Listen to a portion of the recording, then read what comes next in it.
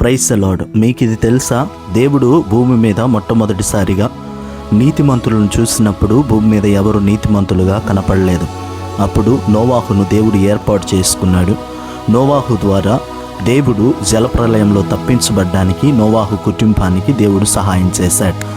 నోవాహు, అతని కుటుంబము, అతనితో పాటు భూమి మీద ఉన్నటువంటి సకల జంతువులు నోవాహు ఏర్పరిచినటువంటి ఓడలో ప్రవేశించడానికి దేవుడు ఆజ్ఞ ఇచ్చాడు.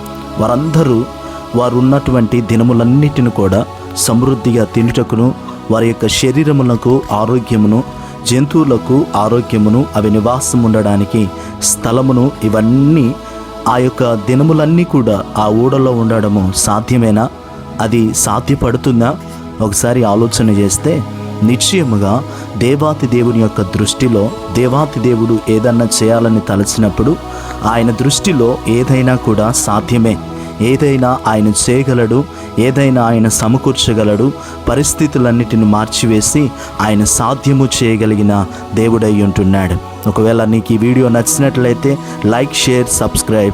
Thank you.